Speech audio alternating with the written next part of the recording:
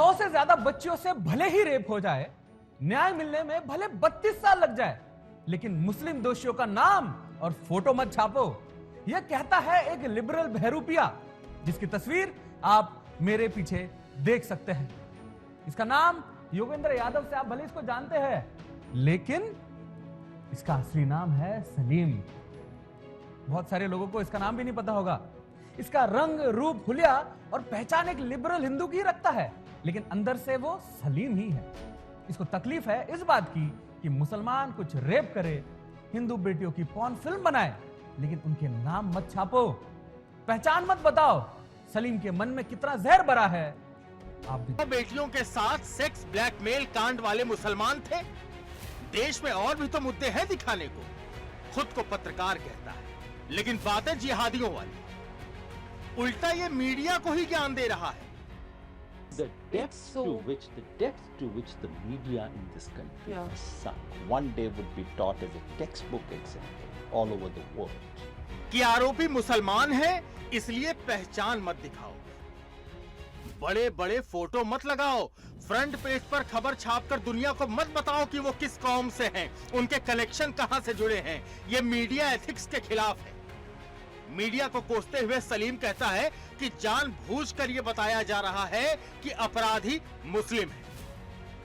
सलीम के साथ बातचीत कर रही सबा नकवी कहती है कि मुसलमानों को टारगेट किया जा रहा है। अरे सलीम का असली नाम तो बताना भूल ही गए। दुनिया तो इसको योगेंद्र यादव के नाम से जानती है।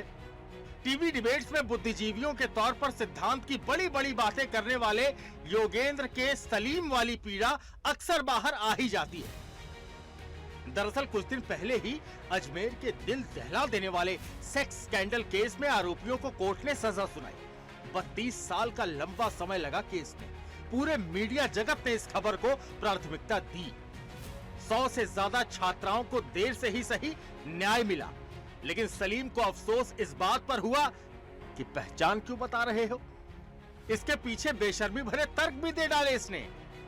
कहा कि कोलकाता रेप की खबर दिखाइए, महाराष्ट्र की खबर दिखाइए, अजमेर दिखाने की जरूरत क्या है। So I would not say don't raise the Bengal issue. It should be raised. What happened is absolutely unacceptable. इसने तो इशारों में ये तक कह दिया कि जरूर इसका आदेश ऊपर से दिया गया होगा।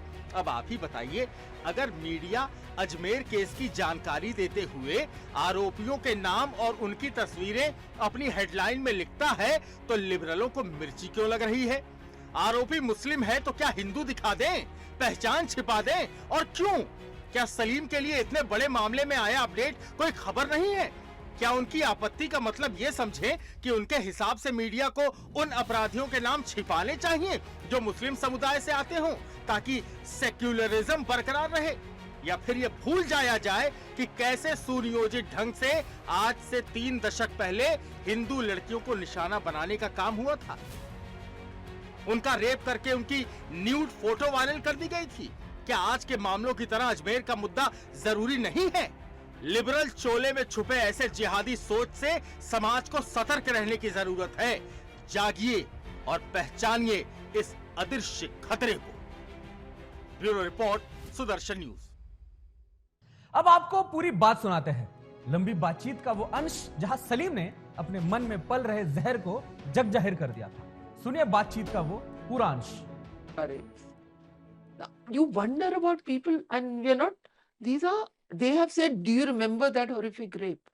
It is said factually, but I was just thinking everything is just trying to show that Muslims did it, even though it's the depths so to which the media in this country has sunk one day would be taught as a textbook example all over the world of how media can become source of the problem in a country. You know, it's like the Tutsi Hutu dispute, where radio played such a critical role. Radio Rwanda played that kind of a role. Our media has played that role, and they must be held to account for this. So somebody is trying to say that, no, forget all this Muslims. Do you remember Muslim men of the... So I was just thinking it's got nothing to do with the news today. This morning, one of the national dailies carries a front page banner headline. saying, and this is not a communal national daily, front page Hindi banner headline about 6 people, 6 men who were finally convicted after 35 years It's the same case. for Ajmer. So obviously there's an instruction that go to Ajmer. Now those 6 photographs with their names are on the front page. Now This is a Hindi daily.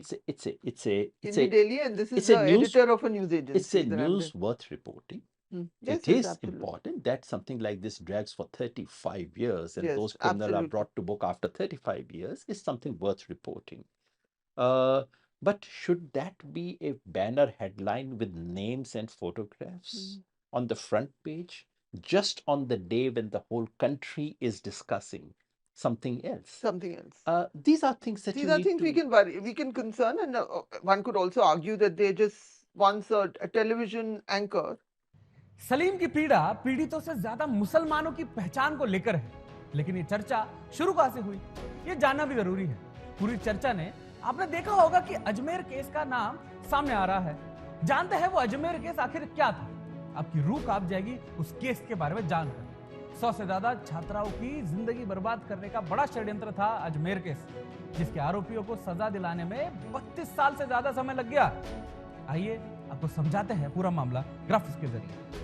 अब आप मेरे पीछे देख सकते हैं। अब आपको हम पूरा मामला ग्राफिक्स के जरिए बताएंगे कि क्या था अब अजमेर सेक्स स्कैंडल का मामला।